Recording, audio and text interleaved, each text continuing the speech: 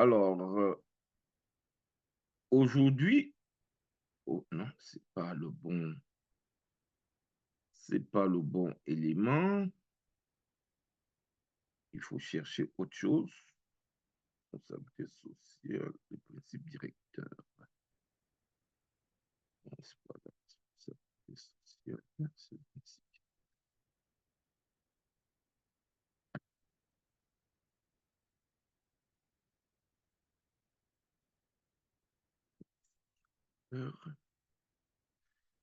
Voilà. Alors, ce matin, la séance est consacrée à la discussion va porter sur.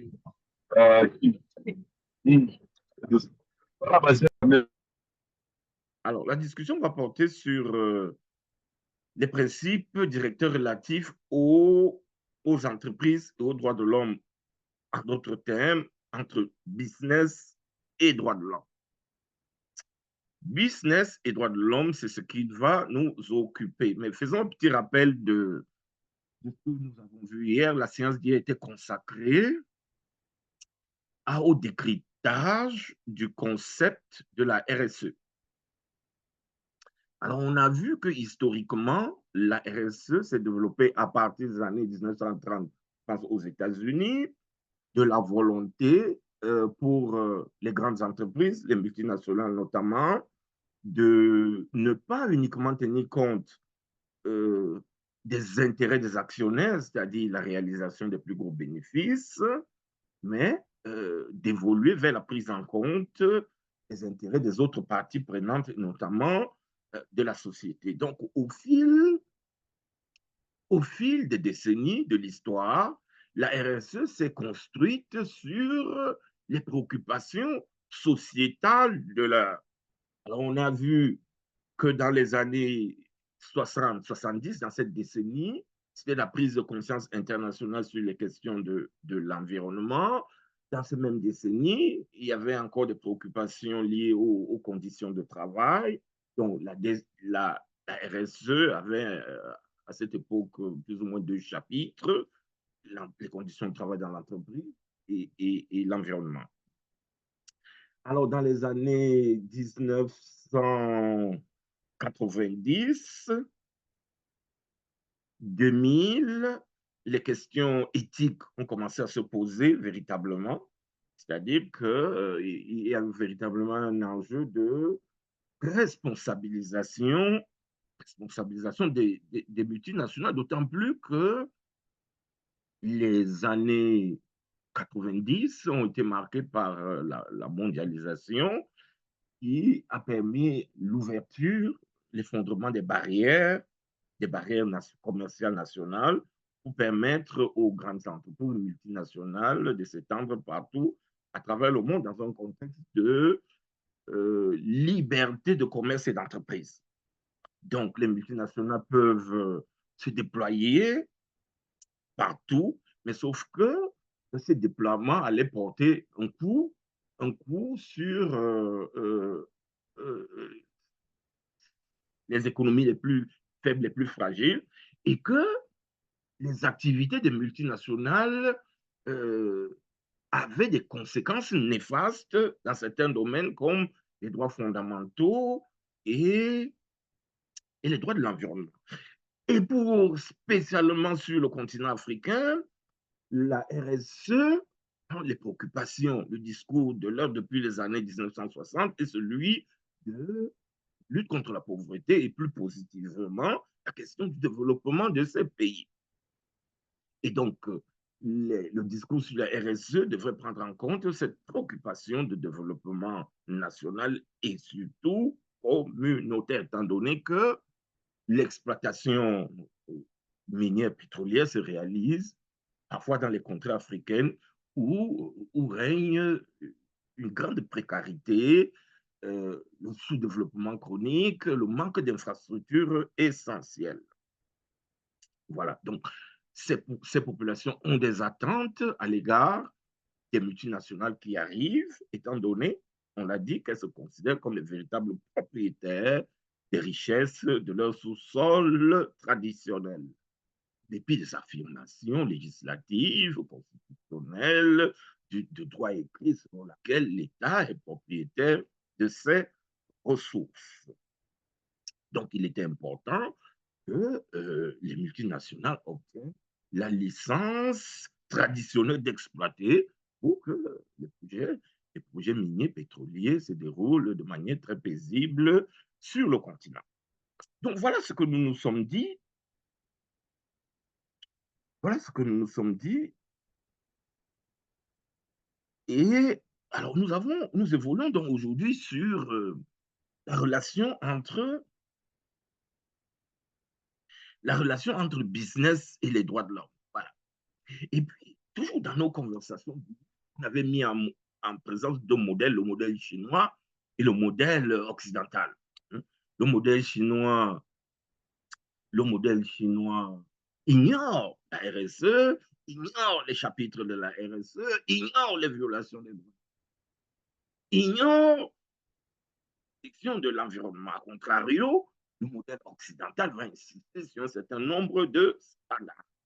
Alors, la question que nous voulons traiter aujourd'hui, c'est celle de savoir est-ce que le business marche, que les affaires, les bonnes affaires marchent avec les droits de l'homme.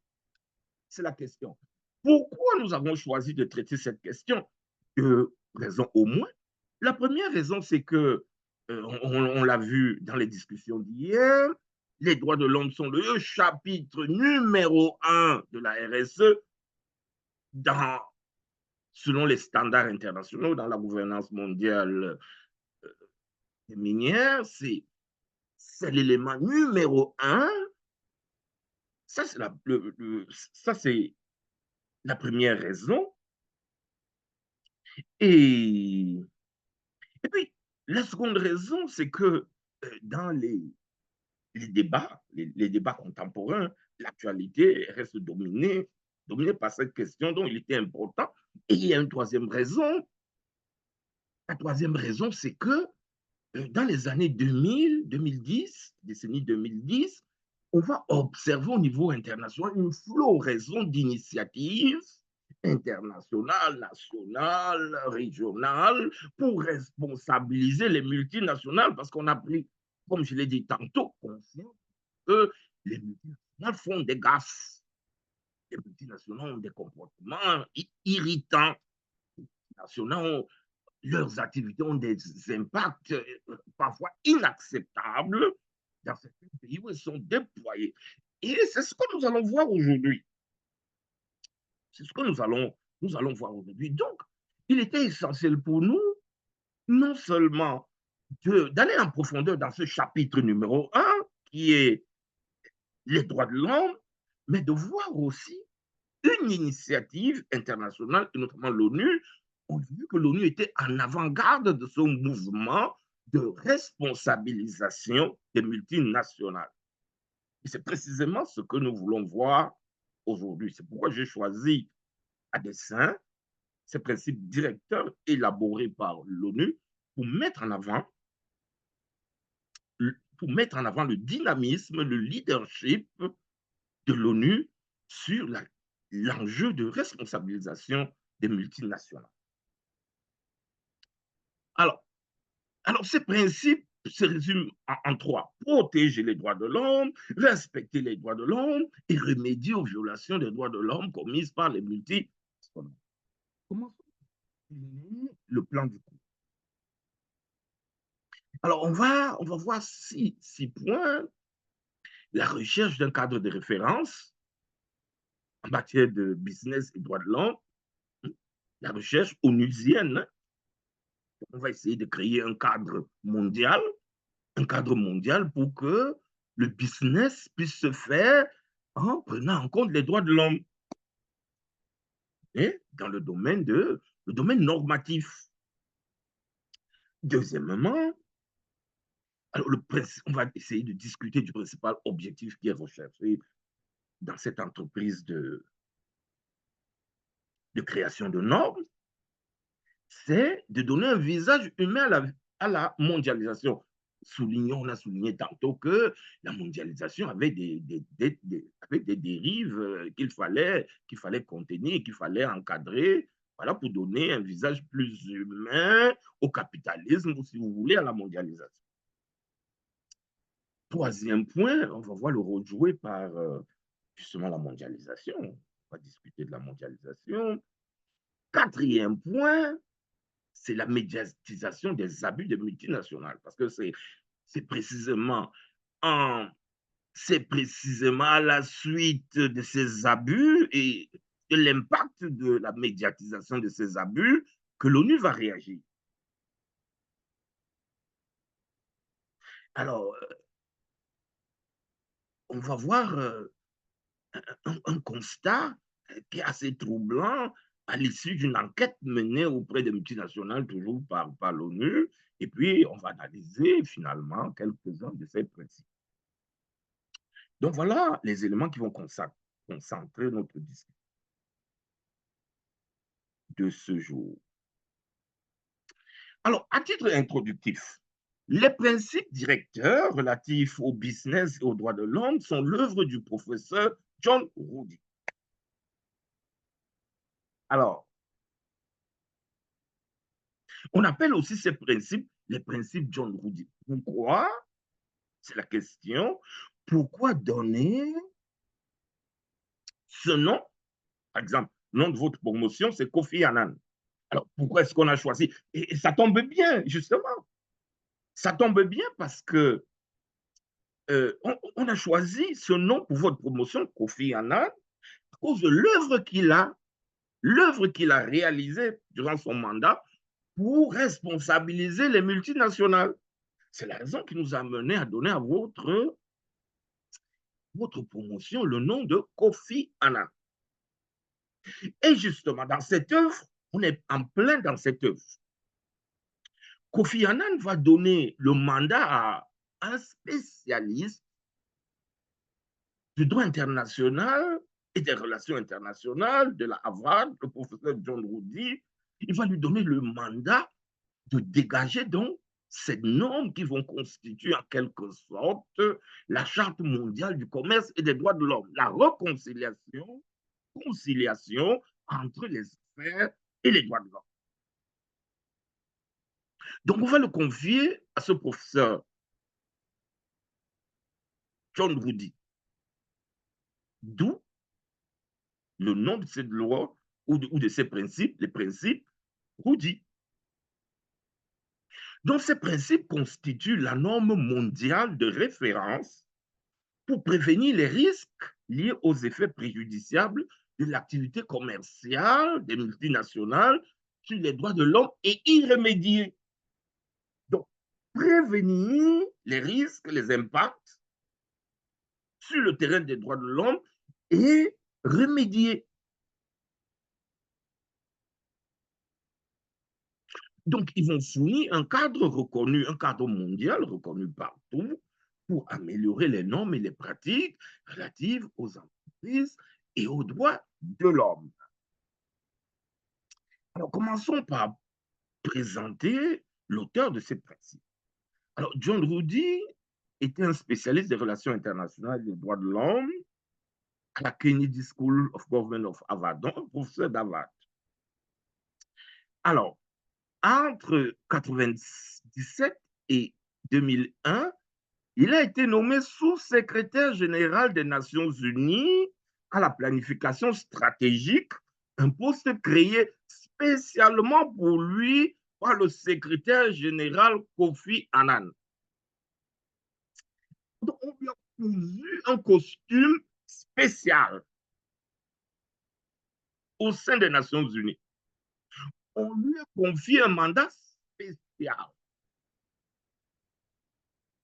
Donc, le patron des Nations Unies, Kofi Annan, a sélectionné un expert et il lui a confectionné un costume spécial. Il lui a donné une mission spéciale dans le cadre d'un poste créé à cet effet. C'est-à-dire, dans l'architecture même de l'ONU, il n'y avait pas ce poste. Mais on a créé un poste spécial pour un personnage spécial qui avait une mission spéciale, celle de créer le cadre juridique qui allait permettre de responsabiliser les multinationales.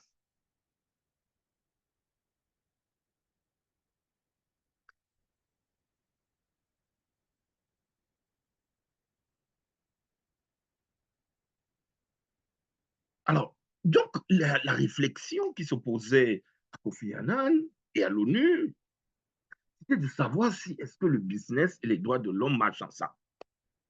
Est-ce que le business et les droits de l'homme sont conciliables?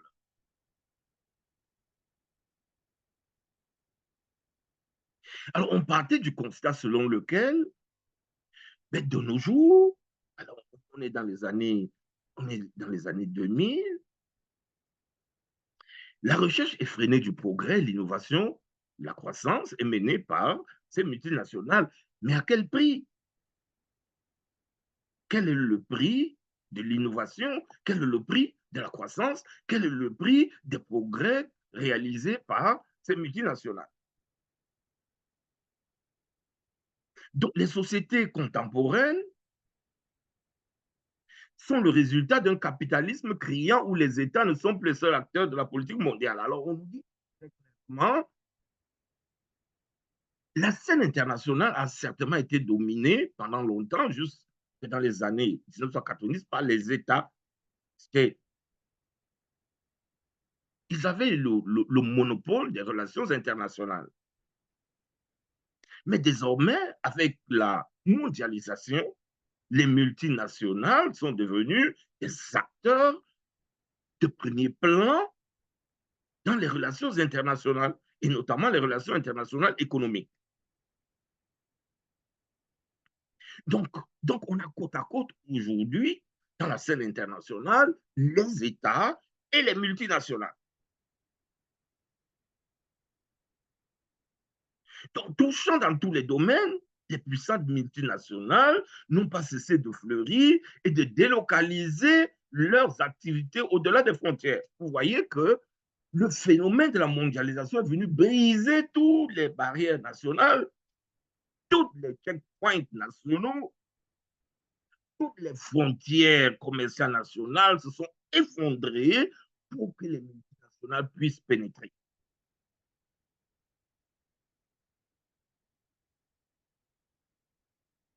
Alors, le rapport fourni que nous allons examiner par ce professeur nous renseigne que le plus dangereux business au monde pour les droits de l'homme, ce sont les industries extractives.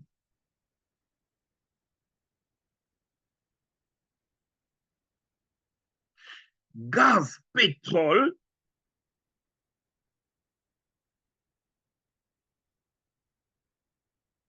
sont des secteurs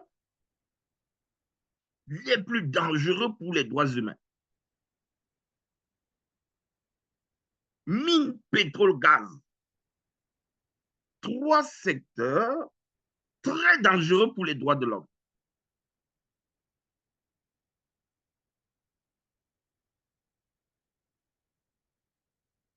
Donc, numéro un, le maillot jaune. Et c'est ce qu'on va voir.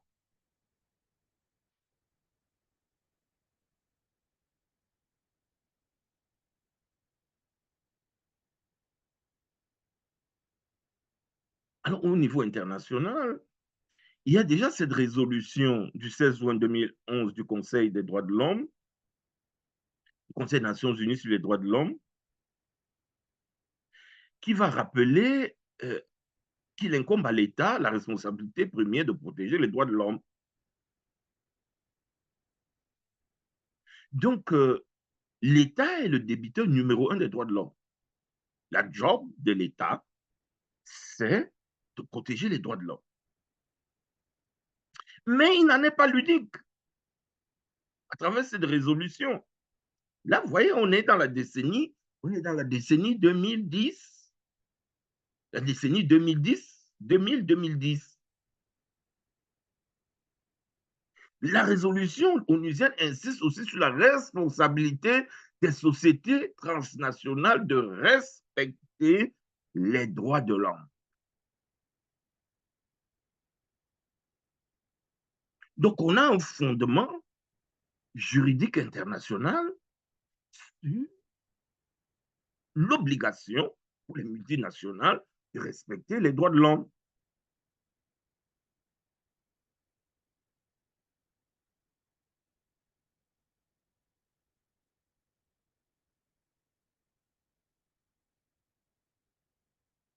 Alors, à l'ONU, on se demande on réfléchit sur l'impact de la mondialisation sur le comportement international des multinationales. Donc, à l'ONU, on souligne que les multinationales doivent avoir un comportement responsable, mais c'est à la suite de nombreux scandales. Donc, les multinationales ne doivent plus se comporter comme des gangsters économiques ou comme des prédateurs économiques. Alors, voyez-vous, dans, dans, dans certains pays africains, on a le sentiment que les multinationales opèrent comme vraiment des vrais prédateurs. Des entreprises qui viennent sucer les richesses et repartir en laissant les pays dans la pauvreté, dans le sous-développement. Donc la mondialisation fait tomber les barrières nationales tarifaires et douanières et favorise la percée des multinationales dans les marchés nationaux.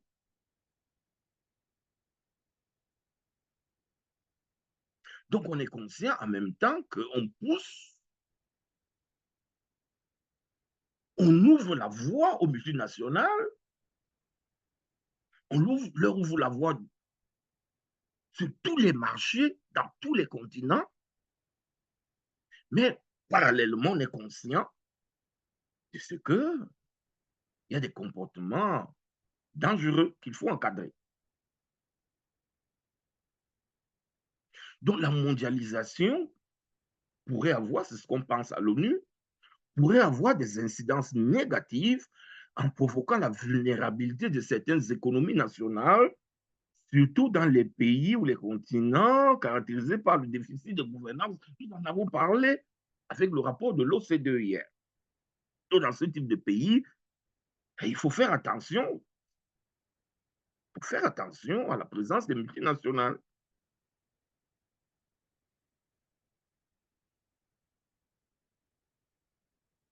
Alors, donc, examinons le premier point relatif au mandat, à l'élaboration d'un cadre de référence, d'une norme mondiale, d'une charte mondiale, comme vous voulez, des principes de référence pour concilier les affaires et le droit de l'homme.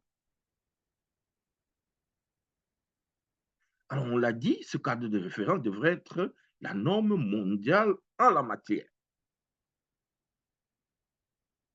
John Rudi devait concevoir, c'est le mandat qu'on lui a donné, le cadre de référence onusien qui reposerait sur trois principes fondamentaux qu'on a présentés d'entrée de jeu et qu'on rappelle. Un, le devoir de l'État de protéger les populations contre les atteintes aux droits de l'homme par les multinationales. Deux, la responsabilité des États de respecter tous les droits de l'homme, lui-même l'État doit les respecter. Trois, la nécessité d'assurer l'accès à des recours efficaces. Donc, donner les moyens aux populations de saisir les cours et tribunaux pour obtenir réparation en cas de violation des droits de l'homme commises par les multinationales. Voilà le mandat.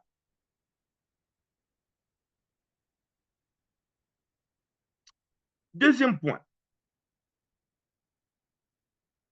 le principal objectif à cette mission, l'élaboration des principes directeurs, qui était celui de donner un visage plus humain, une humanisation de la mondialisation.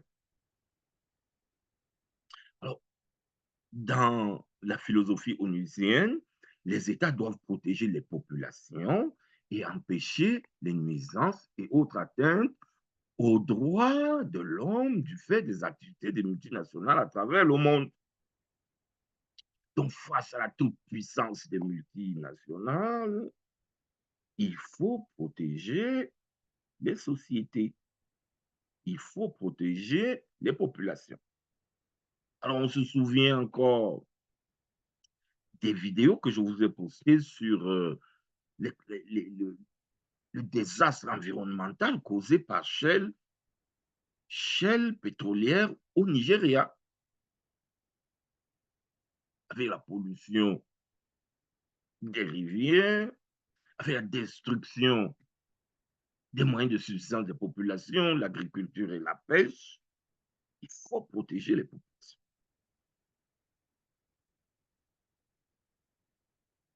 Les multinationales doivent être tenues comptables de leurs agissements fautifs en matière de violation des droits de l'homme.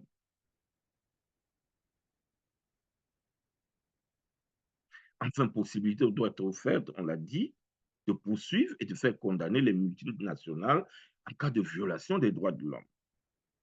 Donc, de notre point de vue, il est question d'ajouter une forte dose d'humanité à la mondialisation économique et, in fine, de parvenir à une mondialisation socialement durable.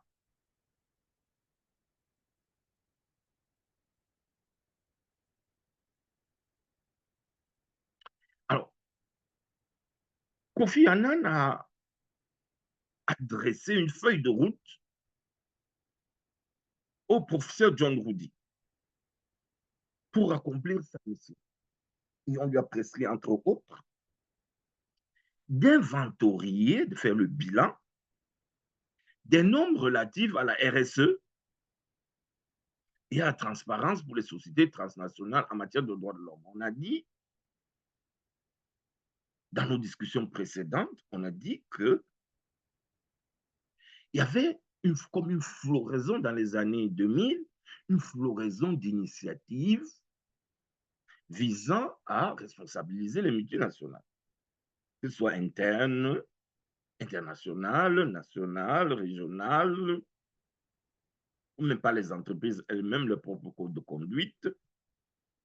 Donc, le premier mandat, c'était de faire le point sur l'état de la législation en matière de RSE.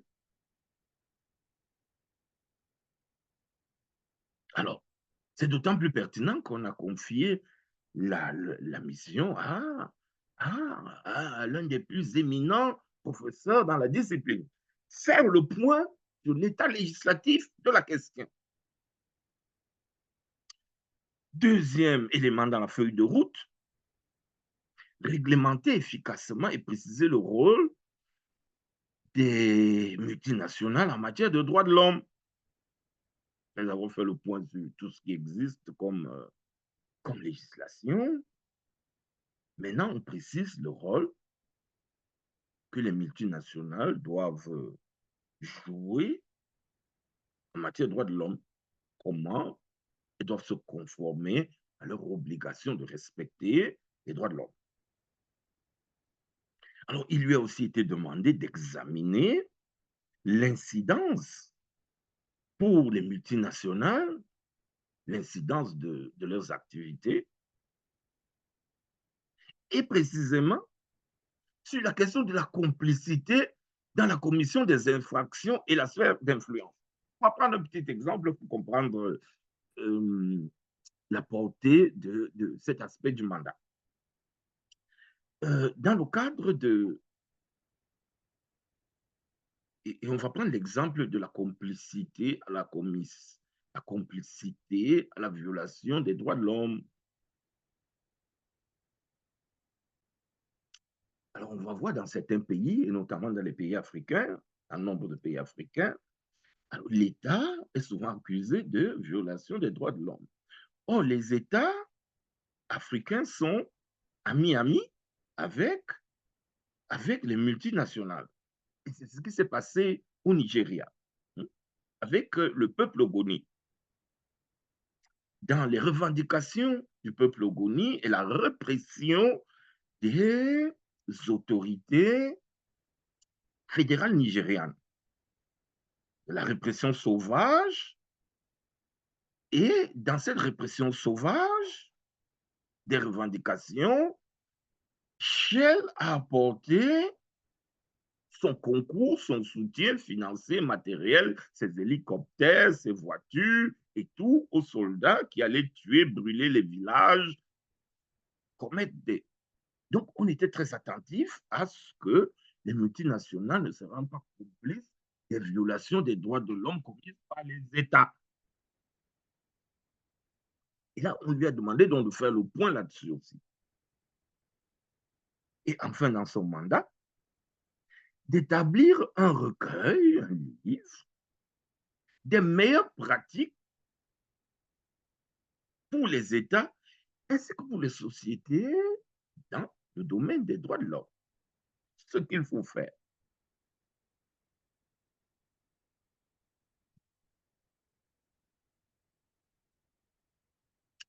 Alors, pour mener donc son mandat, pour réaliser sa feuille de route, le professeur John Rudi il a fait des consultations.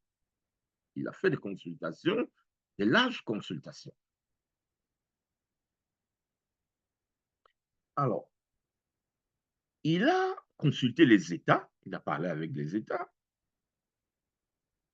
il a parlé avec les ONG, il a parlé avec les associations internationales d'entreprises, donc avec les multinationales, il a parlé avec les organisations onusiennes et il a parlé avec les juristes du monde entier. Donc, il a parlé à tout le monde. Il a parlé avec ce beau monde, mais aussi il allait sur le terrain.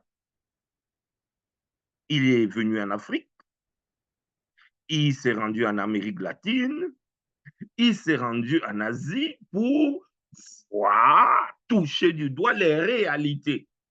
C'est-à-dire que quand on lui parlait d'un problème, oui, il pouvait le lire dans les rapports et autres, mais il est allé sur le terrain pour le voir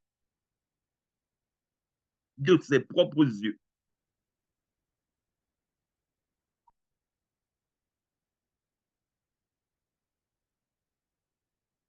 Alors, dans sa méthodologie, il a élaboré un questionnaire qu'il a adressé aux multinationales.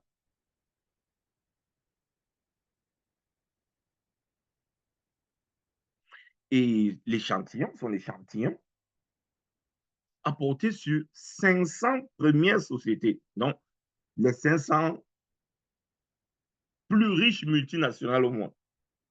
Son enquête a porté sur l'échantillon qu'il a réalisé. En se servant du classement par revenu selon le magazine Fortune du monde. Dans les 50 plus grandes fortunes, bon, multinationales, comme vous voulez. Et il leur a posé quelques petites questions. Première question.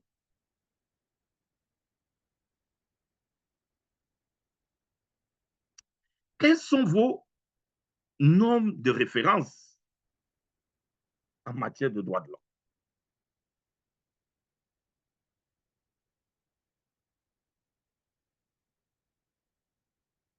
Deuxième question. Faites-vous des études d'impact sur les droits de l'homme?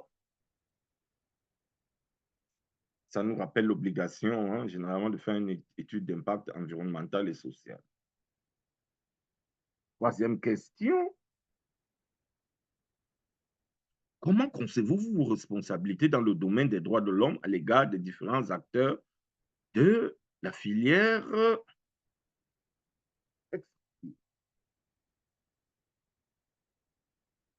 Donc, voilà les questions qui étaient formulées qui se retrouvaient dans ce formulaire qu'on a envoyé aux 50 multinationales plus riches dans le monde. Pourriez-vous, s'il vous plaît, répondre à ces trois questions?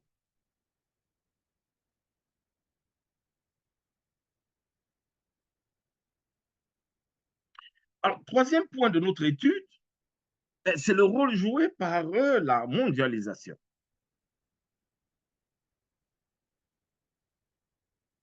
Alors, grâce aux accords commerciaux et aux accords bilatéraux d'investissement, ainsi qu'à la libéralisation des échanges, donc on voit plusieurs procédés, comme quoi tous les chemins mènent à Rome. Donc, plusieurs procédés qui leur permettent d'exercer et d'étendre leurs activités à l'échelle mondiale. Les accords commerciaux, les accords bilatéraux, les accords multilatéraux.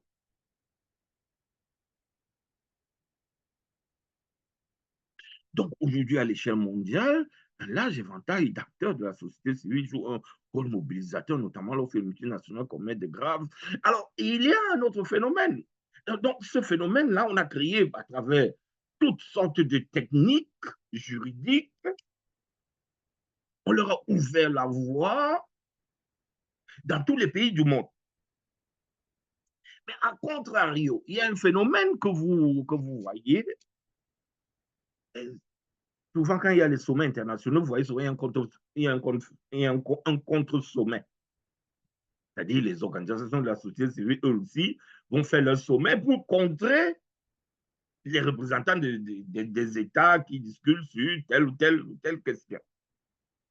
Donc, face à ce mouvement qui a permis, qui a favorisé le déploiement des multinationales partout à travers le monde, il y a un autre phénomène, un phénomène contraire, qui s'est aussi créé, venant de la société civile. Une mobilisation, c'est-à-dire au niveau de la société civile aussi, on s'est organisé, on s'est arrangé pour se mobiliser tel que la minute où une multinationale commet une violation des droits de l'homme retentissante grave, qu'on alerte le monde entier. Et ça, ce n'est pas les États, c'est les sociétés civiles internationales qui se sont mobilisées aussi. Donc, deux phénomènes. Un phénomène pour favoriser le déploiement des multinationales et au même temps pour surveiller le comportement international de ces multinationales. Donc, on vous a à l'œil.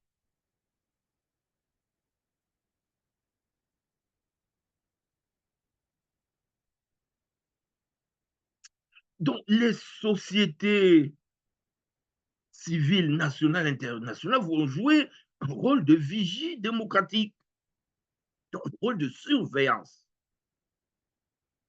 le gardien des droits de l'homme. Donc, cette grande mobilisation de la société civile à l'heure de la mondialisation allait susciter des appels pressants partout en faveur d'une grande responsabilité des sociétés transnationales. Donc, alors que les États se battaient pour faciliter le business des multinationales, les sociétés civiles nationales et internationales se sont aussi mobilisées pour une responsabilisation accrue de ces multinationales. Donc oui, vous allez faire du business partout où vous voulez aller, sans problème, mais on vous tient à l'œil. On sera extrêmement regardant sur vos dérives.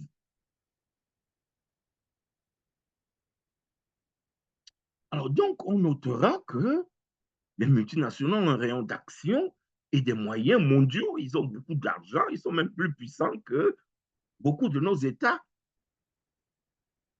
Donc, elles peuvent agir avec, rapidement, sur une échelle que ni les gouvernements ni les organisations internationales ne seront égalées. Elles sont puissantes.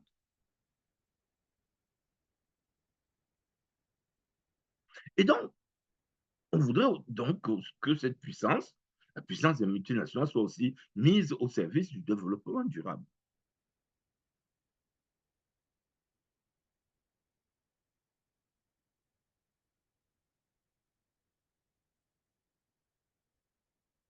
Donc, face à la puissance des multinationales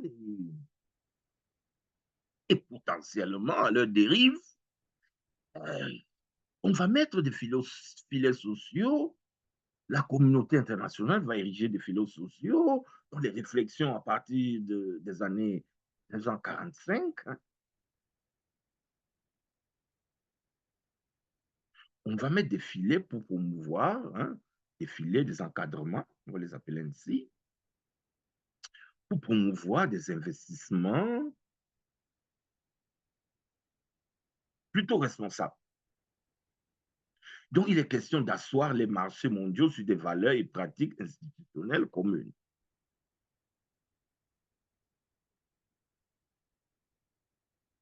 Alors, donc, vous voyez que dans le domaine, depuis 1945, dans le domaine du business, dans le domaine de l'investissement, il est important, les valeurs sont importantes. Alors, c'est pour ça qu'en RDC, c'est pour ça qu'en RDC, on jase de partout, et notamment sur les valeurs. Quelles sont les valeurs? Quelles sont les valeurs qui imprègnent, qui encadrent l'exploitation des richesses minières en RDC?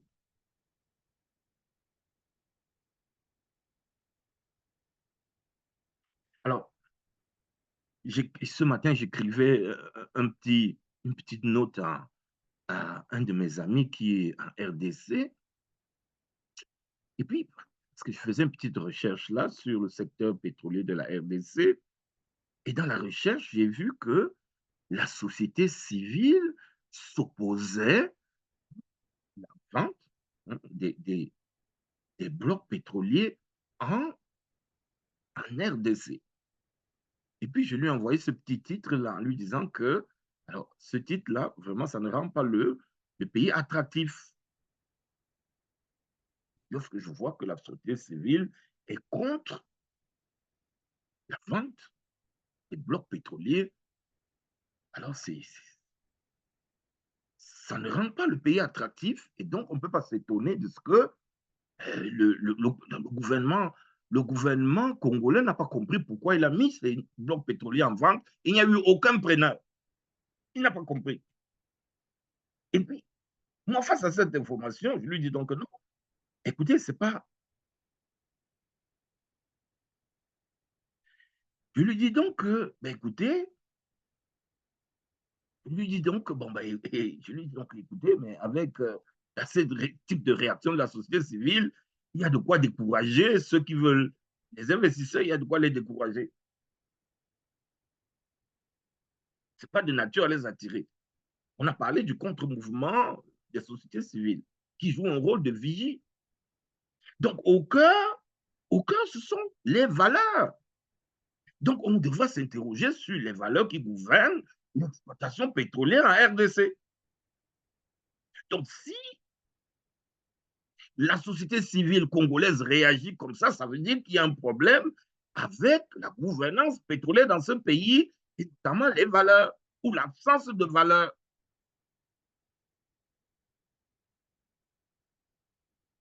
Donc, dans la culture commerciale congolaise, on ne respecte pas telle, telle, telle valeur.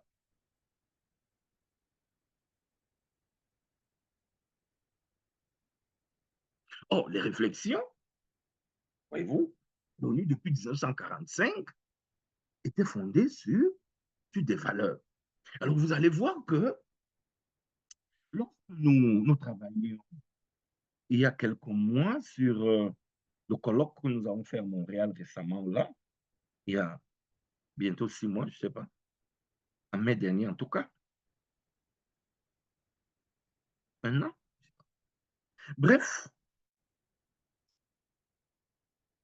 alors, lorsque je réfléchissais sur les relations entre le Canada Canada et l'Afrique, l'un des éléments, on parlait de l'intégration économique africaine.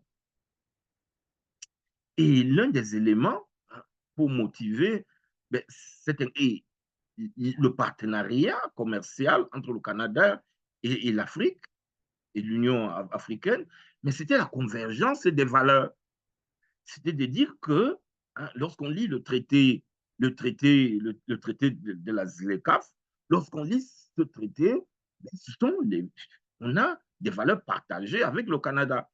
Les valeurs que promeuvent la ZLECAf sont, sont identiques aux valeurs canadiennes. Et donc, comme on partage les mêmes valeurs, on peut faire du bon business. Donc, les affaires, la pratique des affaires correspond à certaines valeurs qui nous sont communes. Parce que nous partageons les mêmes valeurs, nous pouvons faire du bon business. Donc, le deal minier entre la RDC et les États-Unis est un peu coincé au niveau des valeurs. L'exploitation, l'avenir de l'exploitation pétrolière en RDC est compromise par les valeurs.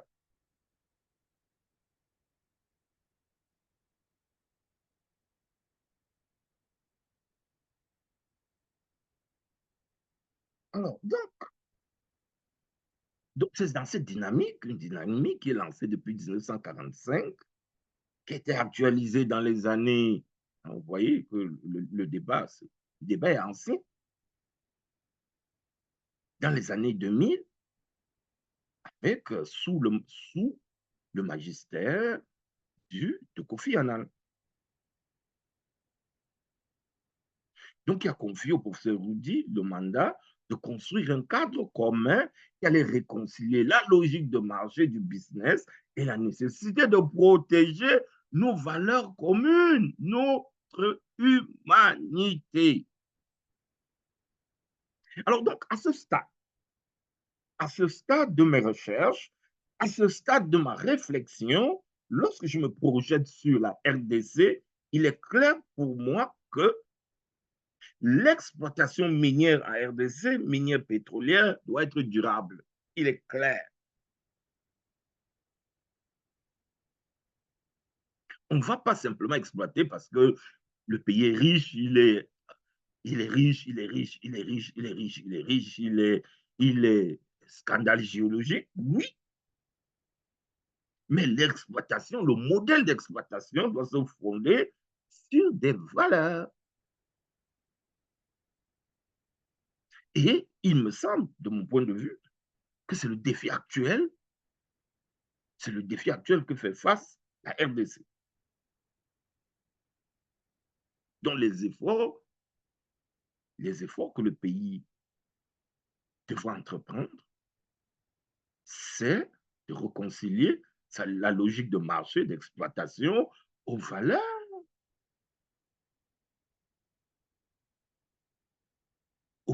qui guident le business. Donc le respect des droits de l'homme devenait ainsi un objectif primordial de la gouvernance à tous les niveaux. Notre fameux chapitre 1. D'accord. Alors, question. Est-ce qu'il y a des questions? Any query?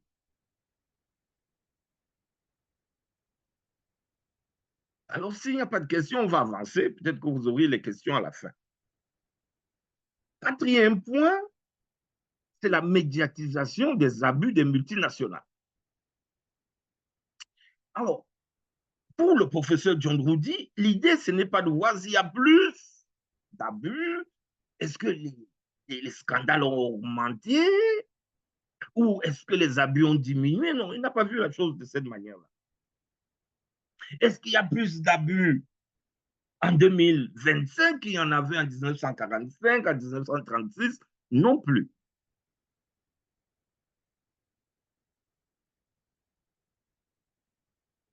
Mais ce qui va attirer son attention, ce sont les dénonciations. C'est précisément le fait que c'est abus sont de plus en plus dénoncés et qui font l'objet d'un scandale. Alors voyez-vous, c'est pourquoi lorsqu'il y a un scandale quelque part dans un pays minier africain, ça attire tout de suite notre attention. Dès qu'il y a du bruit, on va l'appeler ainsi, dès qu'il y a du bruit dans un pays minier africain, tout de suite on est en alerte. Qu'est-ce qui se passe dans ce pays?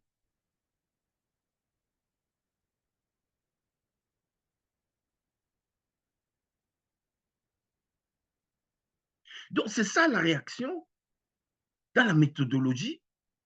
Tu penses, mais parce que, comme on l'a dit, il y a cette réaction, ce rôle de vigie que les sociétés civiles vont jouer. Donc, elles vont se charger de répertorier, de médiatiser les scandales. Et tout de suite, notre rôle en tant que chercheur, c'est de se dire, mais qu'est-ce qui ne va pas là-bas?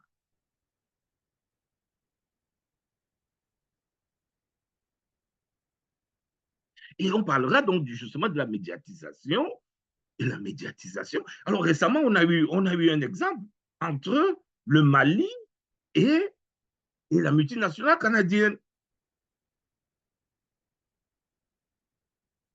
On a vu tout le bruit, tout le tapage que ce différent, que ce différent a fait. Et nous, en tant que chercheurs, ça nous a obligés d'aller faire de petits travaux sur ce différent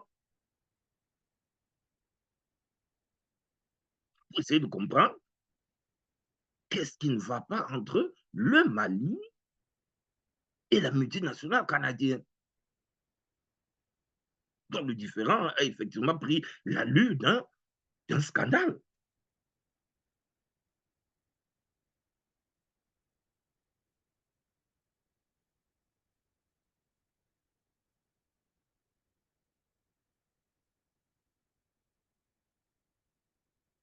Donc, on sait par ailleurs que davantage de personnes et de groupes de personnes s'emploient à détecter ces abus et à les rendre publics. Voyez-vous? Il y a aussi toute une organisation qui s'est mise en place, des gens qui ne sont que payés pour ça. Leur job, ils sont payés chaque mois, chaque 2 semaines, uniquement pour surveiller les abus à travers le monde et les rendre publics.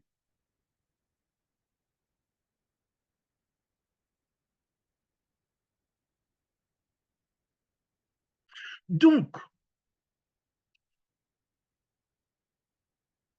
les premières conclusions du professeur John Ruddy, c'est de dire que le développement économique, la croissance économique, joint à l'état de droit, donc économie et respect du droit, sont le meilleur garant de l'ensemble des droits de l'homme. En d'autres termes, le business doit aller de pair avec le respect du droit. Cela suppose qu'en investissant à l'étranger, il faut respecter le droit national et le droit international.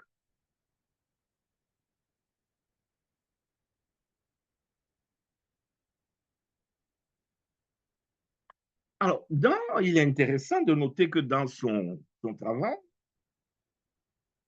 John Ruddy a fait le classement des secteurs économiques qui violent les droits de l'homme. Et on a donné le maillot jaune au secteur extractif.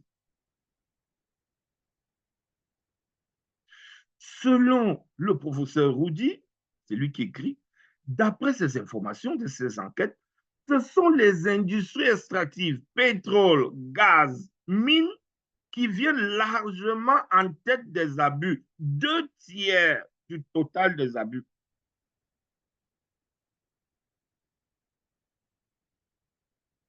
Alors, quand nous, on était à l'école primaire, ce type de classement, on disait que notre camarade, il est premier de la classe 102e. C'est-à-dire que Vraiment, il est seul là-bas devant. Quand lui, il a 18 sur 20, les autres ont 12 sur 20, 11 sur 20 et qu'on sort là. Donc, c'est le même avec le secteur extractif. 2 tiers des abus à lui seul.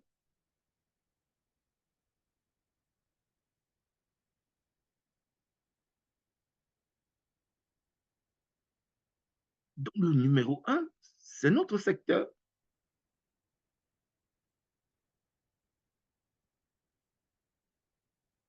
Donc, c'est un secteur qui est hautement attentatoire aux droits de l'homme.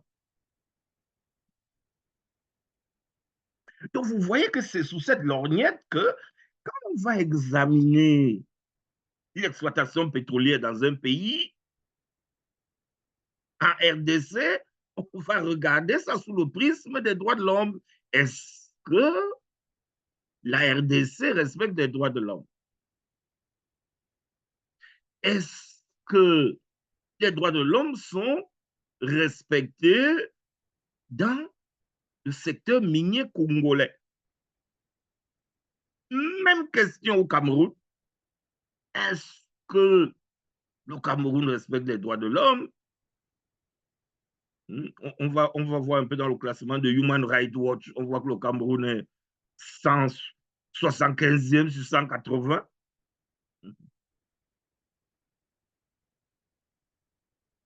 Ça commence à être un mauvais signe.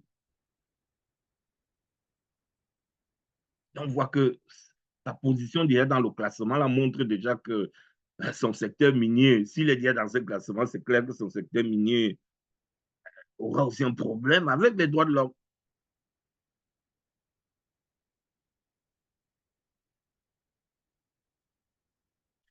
Alors, donc le numéro 1, le maillot jaune, c'est le secteur minier, le secteur extractif. Le deuxième, le numéro 2, c'est le secteur de l'alimentation.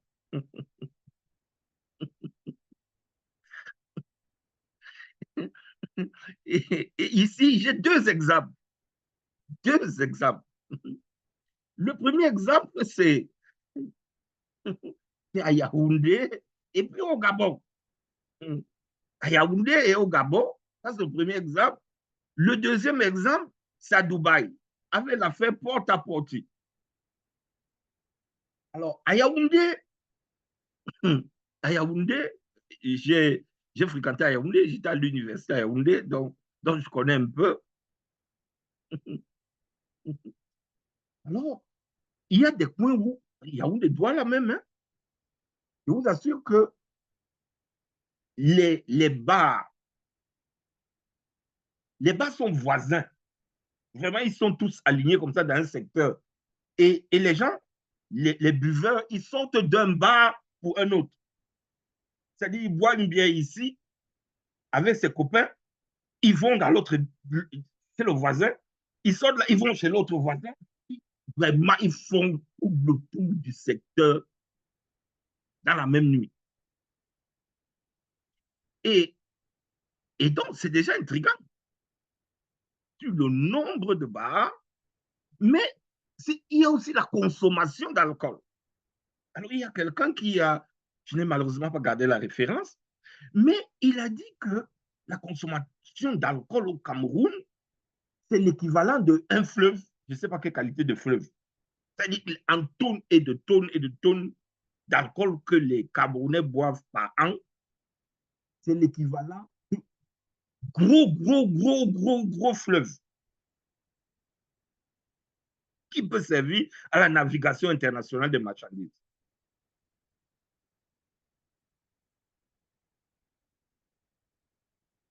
Donc, alors dans ce secteur-là de la boisson et de l'alimentation, c'est le numéro 2 dans le domaine de violation des droits de l'homme. Dans les pays où on boit beaucoup, là, on commet aussi beaucoup de violations des droits de l'homme. Et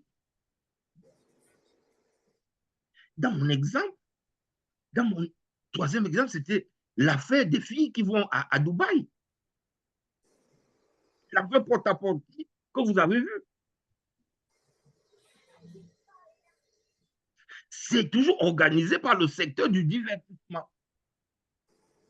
C'est-à-dire qu'on prend les filles de partout, on les amène à Dubaï pour divertir les riches, mais avec des pratiques extraordinaires, extraordinairement désagréables. Donc, des secteurs dangereux pour les droits de l'homme. Bien. Le numéro 3, c'est le textile, l'industrie de l'habillement. Les beaux habits, les belles vestes, les beaux costumes des femmes et tout ce style-là, c'est le numéro 3. L'industrie de l'habillement et des chaussures, le textile. Alors, qu'est-ce qui se passe dans cette industrie? Alors, dans des pays, dans beaucoup de pays, et notamment ces pays développés là, Canada, États-Unis, France, la main-d'œuvre coûte très cher. Alors, au Canada, par exemple, on va dire peut-être le minimum qu'on va payer aux gens ici, je ne sais pas, c'est peut-être $7 de l'heure, je ne sais pas où, combien là, 20, 25, quelque chose. Voyez-vous? Donc, la main-d'œuvre coûte cher. Ça fait que ces multinationales, les gens qui fabriquent les jeans, tous ces habits-là, ils ne peuvent pas produire au Canada. C'est impossible. C'est impossible parce que le coût de la main-d'œuvre, là, vous serez incapable de le payer. Vous ne pouvez pas produire vos articles-là aux États-Unis. Vous allez voir qu'on va fabriquer tout ça en Asie. On fabrique ça en Asie et on vient vendre au Canada, les vis, on vient vendre aux États-Unis, on vient vendre en France, on vient vendre au Japon, on vient vendre partout. Mais dans quelles conditions sont fabriqués ces vêtements? Et les enquêtes ont donc révélé que on va enfermer des femmes, on les enferme dans des usines de production. On les enferme là, elles n'ont pas le droit de rentrer à la maison, voir leur mari, leurs enfants, pas question. Elles sont enfermées, elles sont esclavagisées, elles dorment sur place dans des conditions d'esclavage pour être payées 10 € par mois. 10 €. Je sais pas, 10 €, c'est, je sais pas, c'est combien de francs CFA, peut-être 10 000 francs CFA, ou je sais pas. Donc, c'est à ces conditions-là que vous achetez vos belles vestes, vos beaux jeans, les belles chaussures des femmes, etc. Donc, au prix de l'esclavagisation de certaines personnes.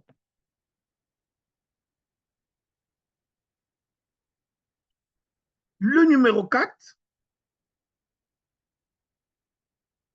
c'est nos réseaux, Facebook, TikTok, qui sont aussi très dangereux pour les droits humains.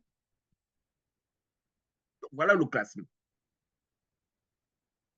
que va révéler l'enquête du professeur Rudy.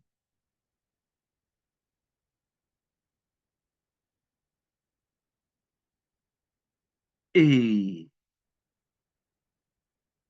je nous ai parlé tantôt dans sa méthodologie qu'il a fait un questionnaire où il a adressé trois questions. Donc, je m'en veux vous révéler maintenant le résultat de son questionnaire. 4 principaux constats. Constat numéro 1. Les droits de l'homme figurent bien dans les documents de gouvernance des grandes entreprises. Donc, on connaît la question des droits de l'homme bien connue par les multinationales. Deuxième constat, Les droits de l'homme sont insérés au chapitre des questions sociales de l'entreprise, au point d'être dilués par la réglementation sociale interne de l'entreprise. Donc, les droits de l'homme sont, oui, on connaît les droits de l'homme, mais on a rangé ça quelque part dans le chapitre des questions sociales, tout ce qui est social dans l'entreprise. Donc, vraiment, c'est perdu dans les armoires, les tiroirs réservés aux questions sociales de l'entreprise. Bref, on veut mettre en avant ici que c'est une question qui est marginale pour les multinationales. C'est ce que va révéler son enquête. Troisièmement, troisième constat, les droits de l'homme au sein des multinationales ne font pas l'objet de dispositions distinctes d'un traitement à part, d'un traitement spécial, d'une réglementation spécifique. Donc, vraiment, c'est des droits négligés.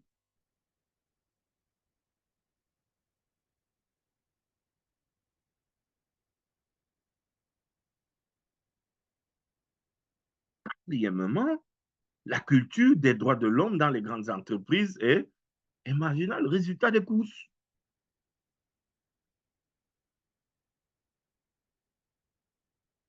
Donc oui, le questionnaire va révéler que oui, les grandes entreprises, les multinationales connaissent bien la question des droits de l'homme, mais le traitement qui en est fait est plutôt marginal.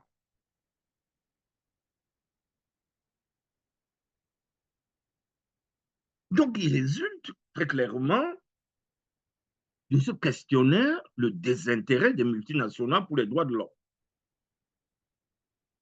Donc, à l'analyse, il est aisé de constater, voire de conclure que les multinationales s'en foutent un peu des conséquences de leurs activités sur les droits de l'homme. Elles sont là pour faire du profit et pas de l'humanitaire.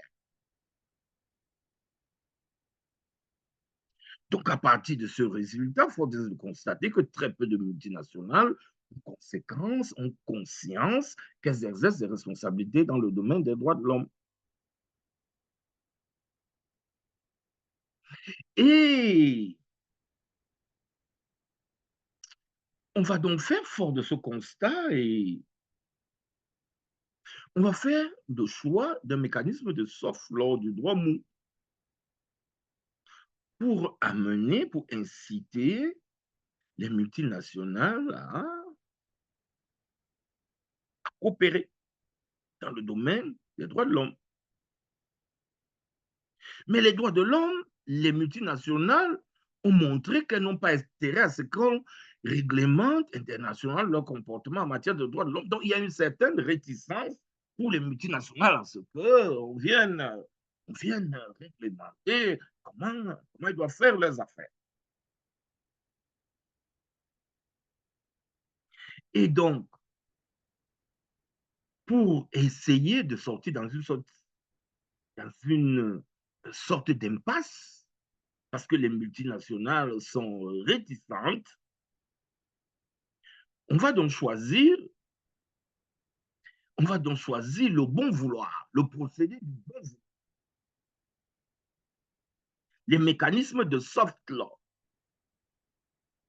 dont l'absence de contrainte. Vous choisissez de faire ou de ne pas faire. Donc, c'est fort de tout cela donc que le professeur John Ruddy aura une préférence pour des principes juridiques au détriment des normes juridiques obligatoires ou contraignantes pour responsabiliser les multinationales dans le domaine des droits de l'homme.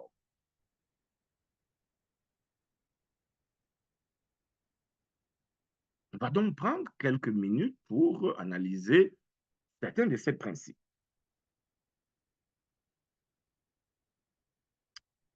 Le principe numéro un va énoncer que les États ont l'obligation de protéger lorsque les tiers, y compris les entreprises, portent atteinte aux droits de l'homme sur leur territoire ou sur leur juridiction. Donc, la responsabilité de l'État de protéger les populations en cas de violation des droits de l'homme par les multinationales. C'est le principe numéro 1. Donc, les États sont chargés de faire la police. Les États doivent empêcher les violations des droits de l'homme par les multinationales. Ils doivent veiller à ce que les actions commerciales des multinationales ne participent pas à la violation des dits droits. Ils doivent contrôler les multinationales, prévenir les comportements susceptibles de menacer les droits de l'homme et réprimer les multinationales en cas de violation des droits de l'homme et les dissuader de violer les droits de l'homme. Voyez-vous? Donc, il y a tout un travail des États dans le respect des droits de l'homme par les multinationales. Un travail de surveillance, de contrôle, de conseil, de répression, dont les États sont les gendarmes des droits de l'homme. Ils doivent faire la police des droits de l'homme auprès des multinationales.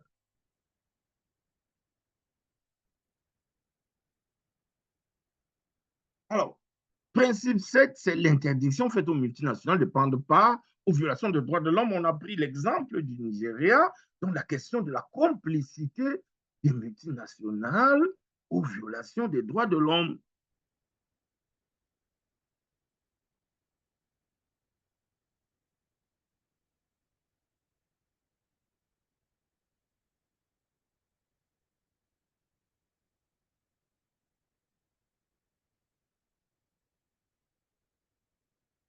Donc, le principe 11 va consacrer la responsabilité qui incombe aux multinationales de respecter les droits de l'homme. Donc, le principe 11 stipule que les entreprises, les multinationales doivent respecter les droits de l'homme. Cela signifie qu'elles devraient éviter de porter atteinte aux droits de l'homme et de remédier aux incidents négatifs sur les droits de l'homme lorsqu'elles sont une part.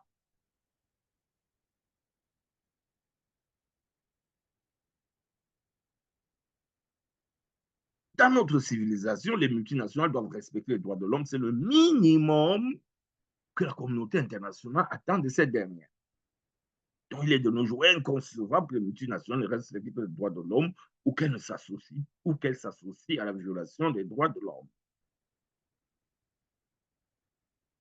L'obligation de prudence qui incombe désormais aux multinationales.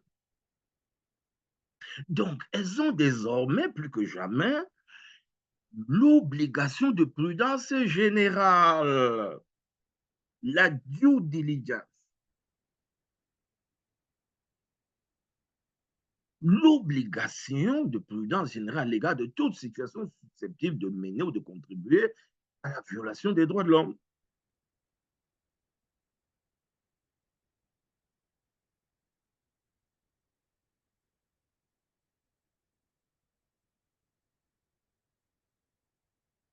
Cette obligation s'analyse en une obligation de vigilance de tous les instants pour éviter que le comportement commercial de la multinationale ne contribue à la violation des droits de l'homme.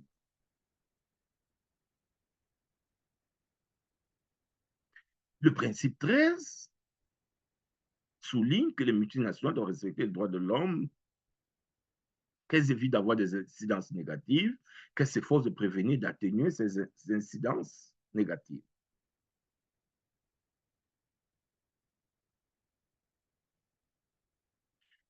Donc, on va prévoir, on est toujours dans les principes directeurs, un régime de responsabilité sans faute des multinationales.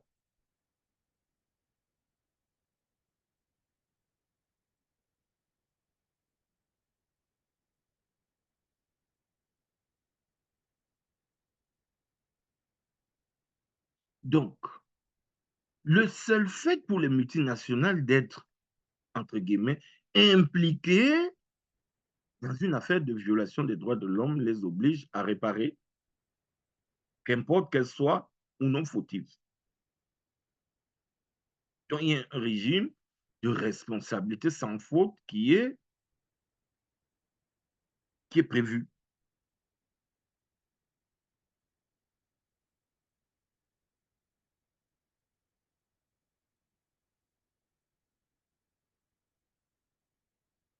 Alors, le devoir de diligence raisonnable, il figure à l'article 17, afin d'identifier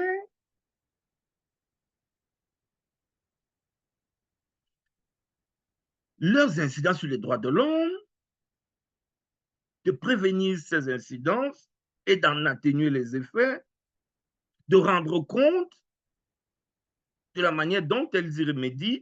Les entreprises doivent faire preuve de diligence raisonnable en matière des droits de l'homme.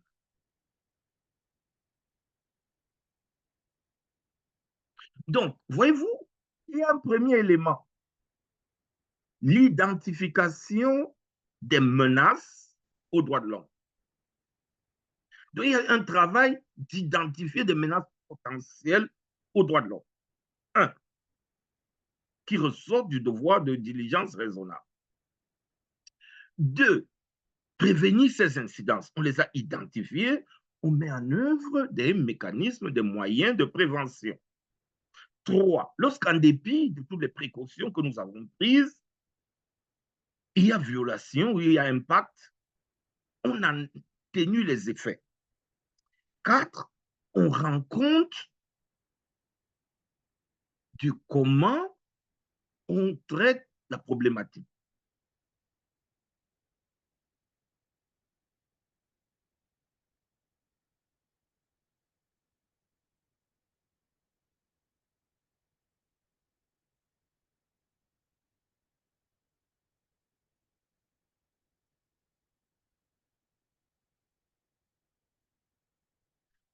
Quatre composantes, comme je l'ai souligné, l'identification, la prévention, l'atténuation et le compte rendu.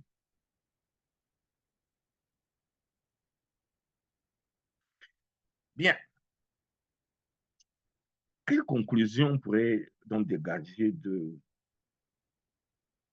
l'examen de cet instrument? Premièrement,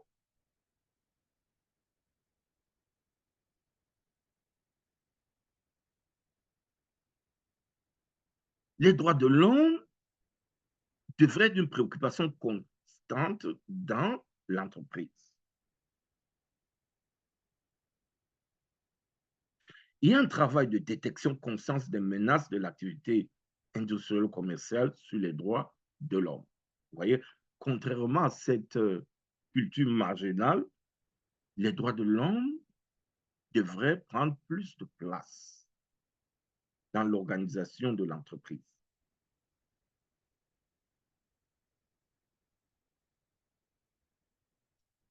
Deuxième conclusion, recommandation, un travail d'évaluation de ces menaces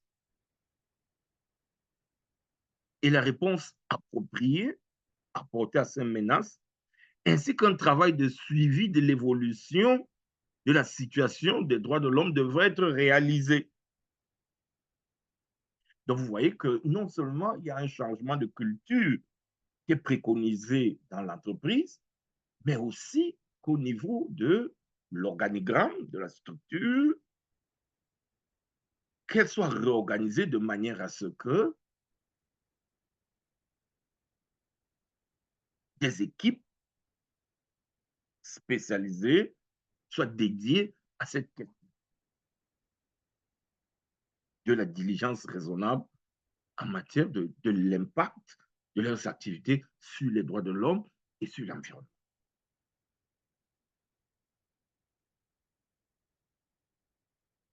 Troisièmement,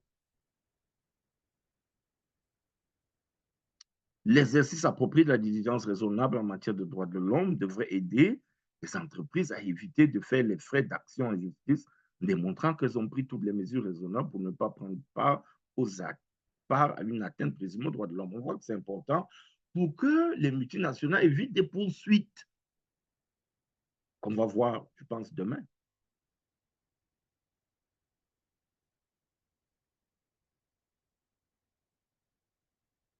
Et à un moment, les multinationales éviteraient ainsi des procès longs et coûteux, très dommageables pour l'image ou la réputation internationale de l'entreprise. Ce fut le cas de au Nigeria.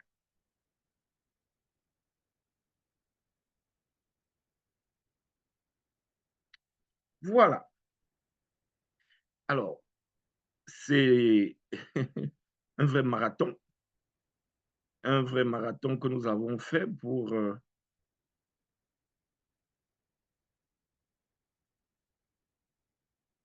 présenter ces éléments. Alors, place pour ces 15 minutes qui nous restent ou 20 minutes à la discussion.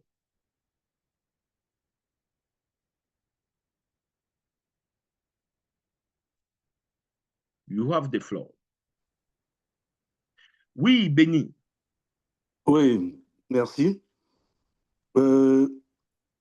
À mon humble avis, afin de lutter contre ces abus de droits de l'homme, et vu que généralement, il y a une police de mine, pourquoi pas associer ou intégrer en son sein une structure de droits de l'homme ou carrément une police de droits de l'homme qui sera, disons, en première ligne, c'est-à-dire qui sera sur le terrain et vont servir de mesure de dissuasion euh, de- contre les mauvaises pratiques, ainsi que d'assurer l'accès à des recours efficaces.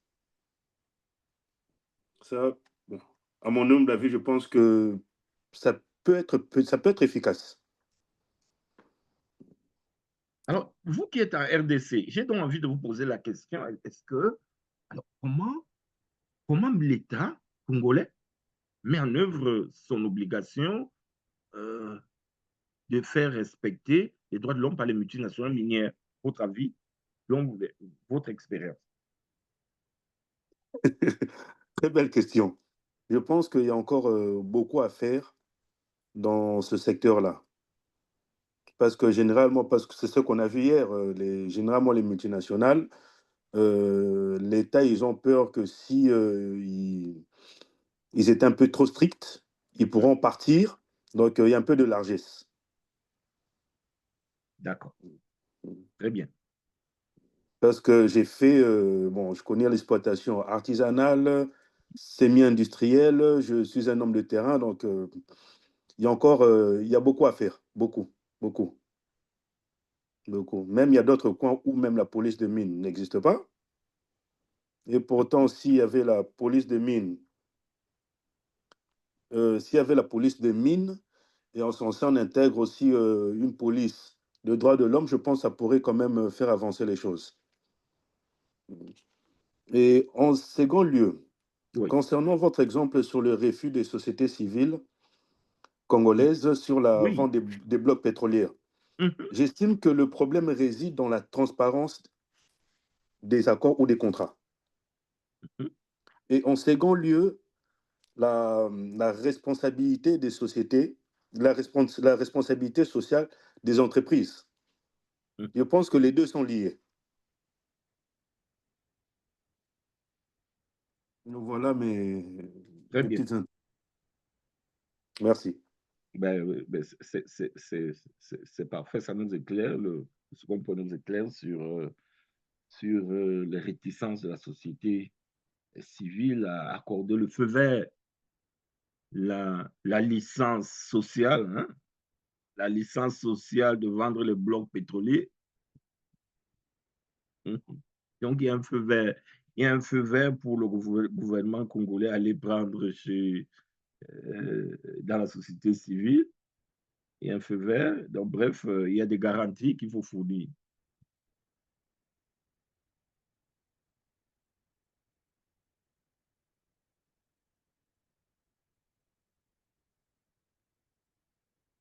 Voilà.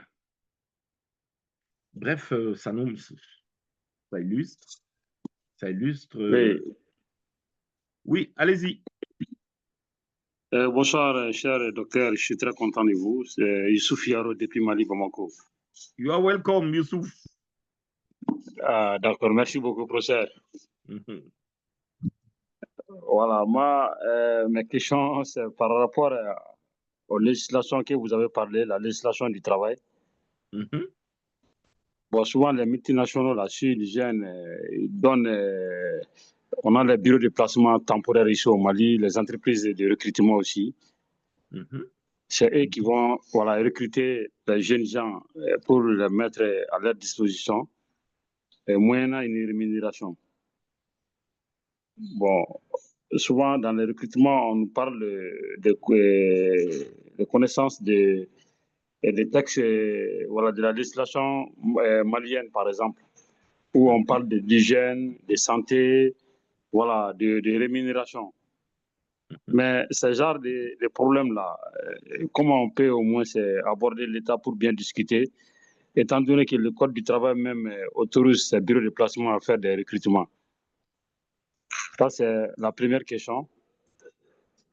La deuxième question, c'est de savoir, par exemple, lorsque juridiquement, les sociétés minières, lorsqu'ils viennent dans le pays, il y a des contrats où ici, les contrats de stabilité. Bon, tout récemment, effectivement, on a vu le problème avec Barrick Gold, voilà, une société canadienne, avec l'élaboration du code minier, que moi, je vous prie en avance, puisque dans les programmes, j'ai vu qu'il y a le contrat minier. Peut-être là, voilà, on peut en discuter beaucoup. Mais quand vous avez parlé, par exemple, voilà, nos problèmes avec Barrick Gold, la clause de stabilité, là, bon, je ne comprends rien dans ces domaines-là, dans ces cas, quoi. Très bien. Très bien. Merci beaucoup. Oui, effectivement, on va le voir, hein. On va le voir vraiment dans le cours. On va le voir dans le cours sur les contrats. Effectivement. Effectivement. Oui. Donc, la deuxième question, on peut laisser ça, voilà, oui, voilà, mais avec le contrat. on va quand même glisser un mot, hein. On ne va pas le laisser comme ça. On va quand même glisser un mot. D'accord. D'accord, il n'y a pas de problème. Merci beaucoup, docteur. Oui, je vous en prie. Alors, il y a une autre main qui est levée, c'est... Alors, bon, okay, je ne la vois plus. Alors. Bonsoir tout le monde. Oui. Alors, professeur, je vous remercie, c'est Cheikh Omar Koulibaly. Là, okay, je suis sur le téléphone, quoi. Oui, c'est ce que je vois. D'accord. Oui, je vous écoute, Cheikh. Alors, moi, je voulais apporter quelques éclaircissements par rapport aux interrogations de mes deux prédécesseurs, notamment à Youssouf Yaro. Oui. Je crois que la question de contrat social, les législations internationales doivent exiger ce contrat social. Moi, je crois que c'est la clé, de mon point de vue, c'est la clé. C'est-à-dire que ce contrat social doit être inclus dans le contrat d'exploitation réellement, proprement dit. C'est-à-dire que, comme vous l'avez dit hier, que les populations locales aient ce pouvoir de donner, d'attribuer, d'accorder ce contrat social. Ça pourra un peu atténuer l'impact négatif du mode d'exploitation qui sévit actuellement dans nos zones minières. Le deuxième élément, c'est l'élément que Youssouf a évoqué tout à l'heure. Je tiens à rappeler à Youssouf qu'actuellement, il y a un nouveau cadre du Code de travail au Mali qui a pris en compte certaines dispositions concernant le mode opératoire de ces structures de placement. Il a pris l'exemple sur le cas de Canadiens, la société canadienne Barrick qui Gold, a Barrick Gold, qui un moment, pendant toute sa phase d'exploitation jusque plus de 15 ans, 20 ans, était plus orienté sur la question d'exploitation propre. C'est-à-dire qu'il mettait en place ce qu'il avait dit Maître tout à l'heure. Il y a une police d'exploitation sur le site. Et cette police-là était chargée de la sécurité. Il faisait, en tout cas, il respectait en tout cas la plupart des normes internationales sur les questions environnementales. Maintenant, la question de droits de l'homme était dissolue carrément dans tout ce qui est question de sécurité, comme vous l'avez dit. C'était plus la sécurité de l'espace d'exploitation et des expatriés. Mais qu'en était-il de la sécurité des populations locales? Ça, ce n'était pas inclus dans le contrat de Barrick Gold. Donc, or, l'État, étant dans une position assez légère, ne pouvait pas apporter cette assurance, cette sécurité à la population environnante. Et aujourd'hui, cet État fait glisser un peu l'insécurité autour des populations locales. Moi, je vous donne un exemple. Un cas qui vient de se passer il n'y a pas 2 mois au sud du Mali, dans la zone de Yanfolila, où les Chinois ont entamé une exploitation un peu sauvage, si je peux me permettre, et à la suite d'interférences avec la population locale, parce qu'ils étaient en train d'exploiter dans le lit primaire du fleuve. Or, ce lit primaire du fleuve constitue la principale zone de production de riz pour la population locale. Et dans leur exploitation, ils n'ont pas créé de périmètre de sécurité autour de leur zone d'exploitation. Donc, la population qui n'est pas immergée dans le code minier, dans les dispositions de sécurité, se disent, bon, OK, c'est notre zone, on est né ici. Nos parents sont, nos papas, nos arrière-parents sont nés ici. Donc, nous, on vit de cette zone. Est-ce que nous, on doit arrêter d'avoir accès à ces zones parce qu'il y a quelqu'un qui exploite? Donc, il y a eu des interférences et les Chinois sont venus à tirer sur les gens à balles réelles. Et des employés ont été décapités, chers maîtres. C'est un peu cruel, mais c'est des faits réels. C'est la vie réelle de l'exploitation minière ici, en Afrique de l'Ouest. Des êtres humains décapités. La force publique est venue et par l'incompréhension ou bien, je ne sais pas, par accointance, on a fait fi de la situation. Donc, la population, tout ce que la population a décrié les semaines qui ont suivi, c'est l'insécurité. L'insécurité, c'est quoi notre droit? C'est quoi notre droit en tant qu'être humain? Alors qu'il y a une nouvelle législation sur le code minier et sur le code du travail et qui est imposée sur les multinationales avec des éléments très clairs, professeur, très clairs. Donc, moi, je pense que maintenant, la question des droits de l'homme dans l'industrie extractive doit être plus confiée aux populations locales. Mais avant, il faut qu'on les apprenne, il faut qu'on les informe, il faut qu'on communique avec eux. Il y a cet élément aussi qui est important dans la mise en œuvre de ce que vous appelez droits de l'homme. Faire des textes, ça en est un, mais il faut que la population locale qui est le principal acteur, qui est le premier, qui est en première ligne, soit informée, sache de quoi il s'agit. Qu'est-ce que je peux faire? Qu'est-ce que je dois faire? De mon point de vue, ce problème-là, ça va prendre assez de temps pour que ça puisse être intégré dans la vie de nos communautés locales dans les zones extractives. Je vous remercie, je m'en arrête là. Oui, Cheikh, vous travaillez dans quel domaine personnellement? En fait, moi, je suis expert judiciaire sur les contrats miniers et le contenu local. Mais okay. J'ai à peu près une quinzaine d'années d'expérience sur les sociétés minières, la sous-traitance minière, la gestion des compagnies minières. Excellent. Merci beaucoup. Merci. Merci. D'accord. Alors, maintenant, je vais essayer comment dire ça? On va essayer de poursuivre un peu la discussion à partir des remarques, commentaires que nos deux amis du Mali ont fait. Alors, donc, je crois que chaque sur la question de l'hygiène, la santé, la rémunération, je crois que chaque a apporté des explications et notamment le nouveau code de travail malien qui a pris en compte ces problématiques-là. Donc, on peut constater que visiblement, l'État il a fait sa job à travers cette nouvelle réglementation pour régler cette problématique qui relève, comme on l'a vu, de la RSE. Des questions qui sont liées aux conditions de travail, aux droits des travailleurs, aux questions liées à la santé, à l'hygiène et à la sécurité des travailleurs. Ça relève justement de la RSE. Bon, l'État malien a réagi. De 1.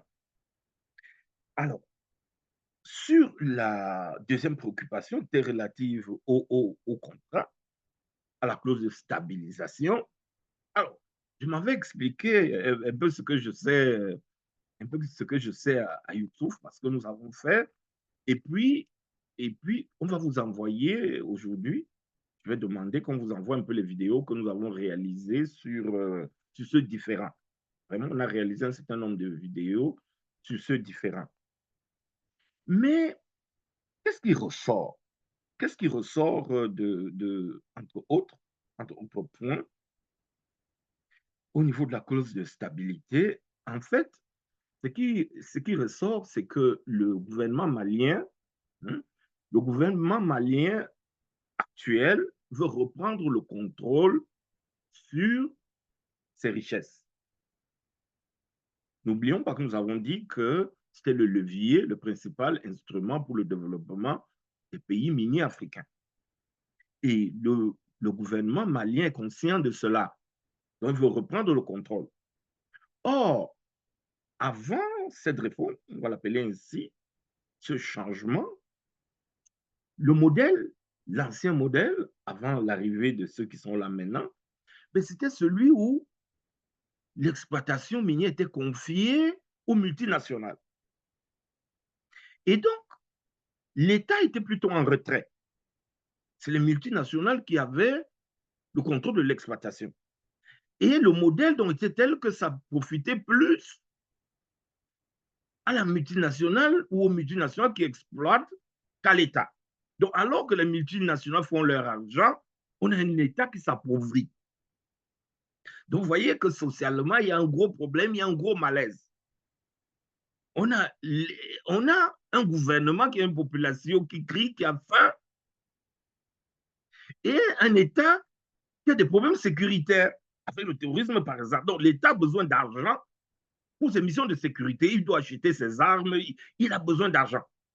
Mais où est-ce qu'il va prendre cet argent?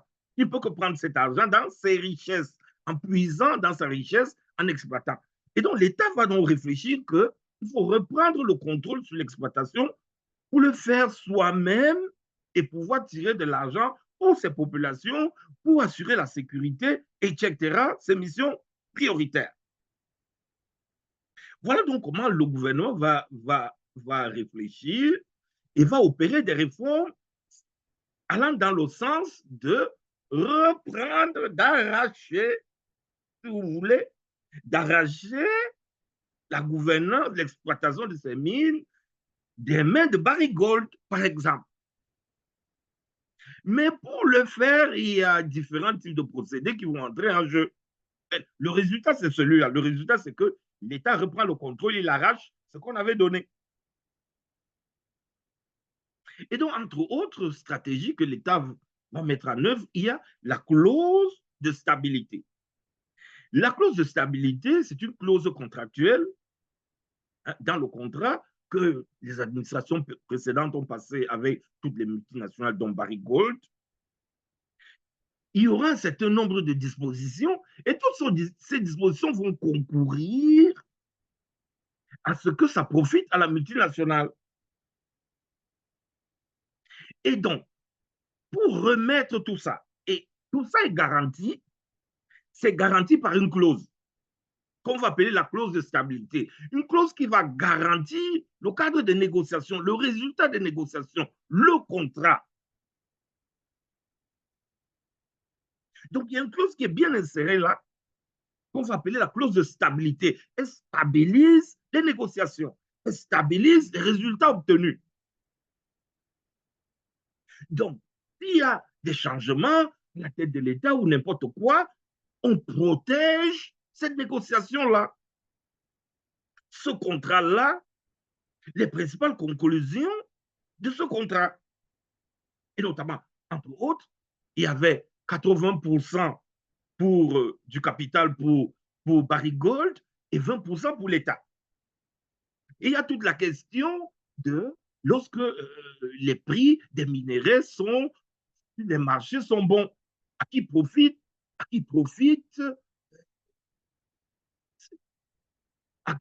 cette augmentation de prix-là. Donc forcément, celui qui a 80% va profiter, celui qui a 20%. Vous voyez qu'il y a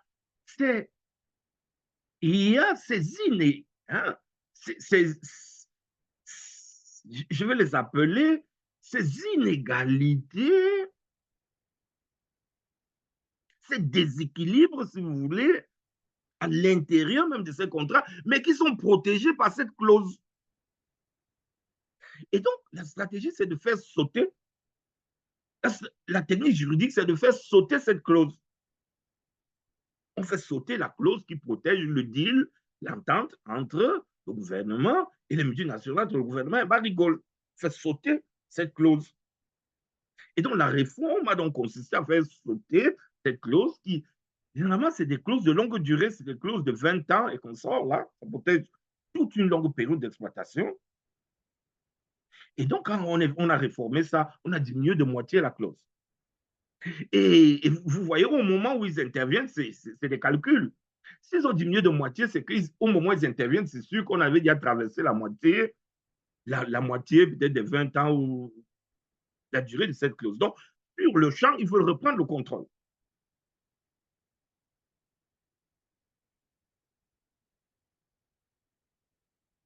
Donc, la clause de stabilité vient stabiliser, vient protéger l'économie du contrat. Et donc, dans le cadre malien, on a fait sauter Oui, cette clause. jusque-là, plutôt dans l'intérêt. Oui, allez-y. Oui, je disais, oui, cette clause est toujours dans l'intérêt de la multinationale. Et comme on en a discuté longuement déjà dans les précédents cours en disant que c'est une clause qui nous paraissait totalement absurde au regard des réalités économiques actuelles. Mais pour revenir juste sur la question de la RSE et surtout les droits de l'homme par rapport au travail du professeur Roger, est-ce que, effectivement, aujourd'hui, et je réponds un peu à mes confrères du Congo, est-ce que essayer de noyer la question des droits de l'homme dans les questions sociales et du droit du travail n'est pas se tromper réellement d'objectifs et de pertinence, parce que les droits de l'homme sont quand même différents du droit social. Et dans les constats que d'ailleurs le professeur Roger a fait, il a bien démontré que, en général, ces droits de l'homme ont subrepticement et certainement volontairement par les multinationales été noyés dans des questions de droit social.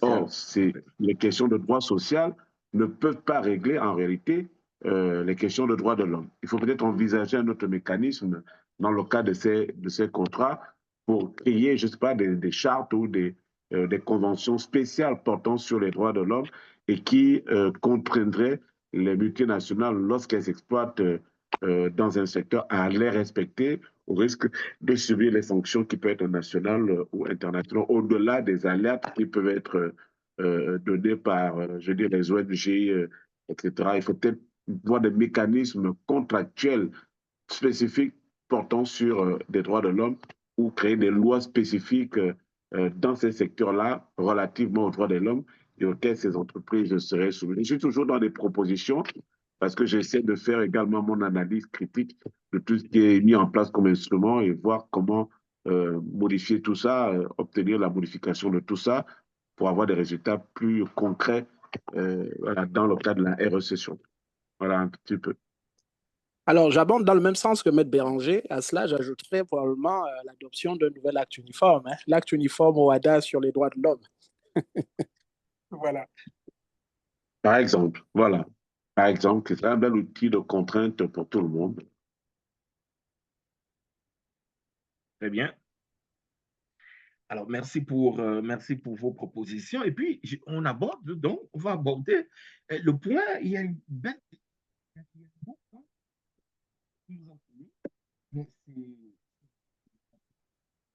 L'incident avec les Chinois et la réaction des populations. Hein? Donc, on voulait l'acceptabilité sociale des projets. Alors, quand moi je posais la question à Cheikh, quand je lui ai posé la question de savoir dans quel domaine il travaillait, mais c'est parce que dans son raisonnement, il nous a dit qu'il est important que les populations connaissent leurs droits. Alors, en fait, l'idée, quand je lui posais la question, mon idée, c'était de savoir s'il travaille dans la société civile. Parce que je trouvais pertinent le rôle que la société civile va jouer pour accompagner les populations villageoises. Parce que ce travail que demande Cheikh là, c'est le travail de la société civile. C'est le travail des avocats et des ONG. malienne. C'est leur travail. Alors, justement, donc les populations, voyez-vous, vous dites que les populations doivent être enseignées. C'est ce que vous dites. Et c'est très pertinent. Elles doivent être formées, elles doivent être enseignées comme vous voulez. C'est absolument pertinent. Et vous avez mentionné quelque chose de très intéressant en disant que les populations, elles ont réagi, elles ne sont pas enseignées, elles ne sont pas formées, elles sont ignorantes. Hein? Elles sont ignorantes, mais elles ont réagi avec un certain, juste par réflexe. Un réflexe. Et elles disent que ce lieu leur appartient. Voilà le réflexe. La propriété des lieux. Elles disent que non, ce lieu leur appartient. Elles ne connaissent pas l'état du droit. Elles ne connaissent pas comment c'est problématique, les cadres juridiques, comment tout ça est formulé. Elles ne connaissent rien de tout ça. Mais ce qu'elles connaissent, c'est que ça leur appartient. Et il est impossible que les Chinois viennent opérer dans le lieu qui leur appartient et les privant ainsi, parce qu'ils vont exploiter le riz, le riz dans ces zones, le privant ainsi de leurs moyens de subsistance. Donc voilà le réflexe de ces populations-là. Mais c'est un réflexe qui est fondé sur le droit ou sur des droits.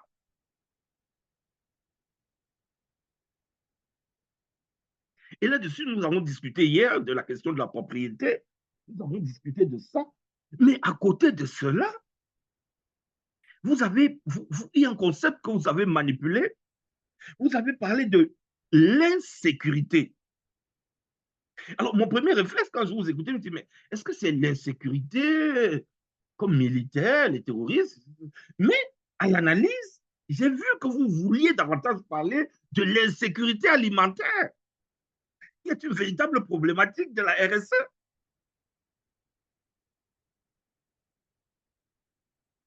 Donc effectivement, il y a ce risque que les projets miniers créent l'insécurité alimentaire pour les populations. D'où la pertinence de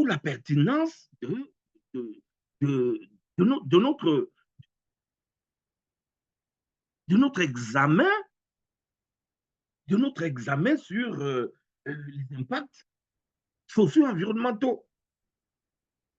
Et la question de l'insécurité alimentaire rentre bien dans l'impact social de l'exploitation. Mais très souvent, docteur, juste sans vous couper, les entreprises font des études d'impact impact environnemental et social, mais qui souvent ne sont pas le reflet des réalités du terrain et qui semblent être, je veux dire, des études complètement biaisées et achetées. On est dans une véritable problématique. Est-ce qu'une entreprise qui vous sort, je veux dire, un rapport d'impact social et environnemental qui dit que, bon, il n'y aura pas a priori d'incidence sociale et environnementale sur les populations et sur la localité. Et cette étude qui manifestement au vécu du concret semble être aux antipodes de la réalité. On est un peu embêté sur comment tenir cette multinationale qui manifestement pose des actes qui semblent violer le cadre de vie, ce qui est d'ailleurs un droit de l'homme, le cadre de vie des populations, mais qui n'a aucun outil, ou pour lequel l'État n'a aucun outil juridique immédiat et direct sur l'entreprise internationale. On est obligé de compter à ce moment-là sur des cris d'alarme des populations, parce qu'en réalité, il n'y a rien qui lie directement cette entreprise et qui vous produit l'étude d'impact environnemental. C'est absolument pertinent. Et puis, c'est la problématique, c'est ce qu'on va observer. Et c'est tout le problème avec le modèle chinois. C'est tout le problème avec le modèle chinois. Tout à fait. Qui est pour moi un modèle assez dangereux. Voilà. Concret, pratique, OK, mais dangereux pour les populations et pour même l'environnement et tout ce qui est droits de l'homme. Les Chinois sont spécialistes à la violation des droits de l'homme. Donc, leur permettre de tels contrats présente pour moi une forme de dangerosité même pour l'État lui-même. Oui, chèque voulait réagir. Alors, en fait, je voulais ajouter quelque chose à ce que Maître vient de dire. C'est-à-dire que vous avez la violation des droits de l'homme et la violation, le non-respect même de l'étude d'impact environnemental, qui est normalement assortie d'une notice d'impact environnemental. Et le problème est masqué. Moi, l'analyse que j'ai fait une petite étude par rapport à cet aspect suite à mes contacts avec les populations locales, les autorités locales, notamment les mairies. Vous savez que les multinationales comme Barrick Gold étaient arrivées à des niveaux de structuration de nos autorités à tel point que c'est eux qui choisissaient qui allait être maire dans telle commune. Tellement qu'ils sont... Voilà. C'est eux qui décidaient qui allait être le maire de cette commune. Mais mieux encore, vous savez, le code minier malien a prévu des ponctions de 0,5% sur les recettes des sociétés minières qui doivent être investies dans le développement et dans l'atténuation de l'impact environnemental de l'exploitation. Mais vous savez comment ça se passe? La multinationale, en connivence avec certaines autorités locales, désigne quelqu'un pour être maire, sachant bien que celui-là n'a ni l'information pour comprendre l'exploitation minière, n'a ni la notion pour comprendre l'impact l'étude d'impact environnemental, c'est-à-dire que les conséquences sur son environnement, sachant que ce dernier n'a jamais eu 100 000 francs dans sa poche de toute sa vie. On le prend, on fait tout, on fait le lobbying, il devient maire de la principale commune où la multinationale exploite. Et ça veut dire quoi? Ça veut dire que si la multinationale réalise 100 milliards de chiffre d'affaires, on prélève 0,5% de ces 100 milliards, on le met à la disposition de quelqu'un qui n'a aucune compréhension de tout ça. Mieux, qui ne sait pas comment dépenser l'argent public. Donc, qu'est-ce qui se passe après? La multinationale échange avec les autorités qui gèrent les mines pour leur dire, attention, nous, on doit mettre à la disposition de telle commune 3 milliards, mais dans la mairie de la commune, il n'y a pas un spécialiste de passation des marchés publics, il n'y a pas un conseiller chargé du développement local, il n'y a pas un conseiller chargé de la sécurité. Donc, ce que nous, on vous propose, comme nous avons ces structures, on reprend les montants, si ça fait les 2 milliards, on récupère les 2 milliards et nous-mêmes, on va travailler sur les projets de développement pour la commune. Est-ce que vous voyez un peu, professeur, la chaîne créée par ces multinationales ici avec nos populations? Donc, ce que Maître a dit, il faut peut-être penser à un outil genre comme l'OADA, les traités de l'OADA sur les droits de... Je crois que ça pourra beaucoup faire avancer les choses. Je suis vraiment très, très content d'entendre ça aujourd'hui. C'est la solution qui pourra faire avancer les choses. Je vous remercie. Excellent. Excellent. Maître Béranger voulait poursuivre, on dirait. Oui, je disais que j'écoutais effectivement mon frère.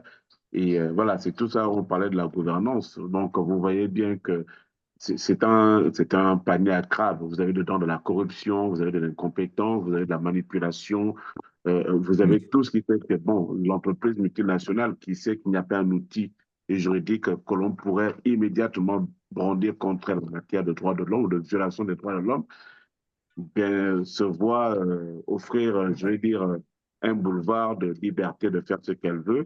Et sachant que ça, elle ne lui est pas contraignante, on est vraiment dans le pays de Perlipimpin. Voilà. Très bien. Vraiment belle discussion. Belle et riche discussion. Je pense qu'on a atteint notre objectif de la journée. Et la semaine prochaine, on va se retrouver au tribunal. Je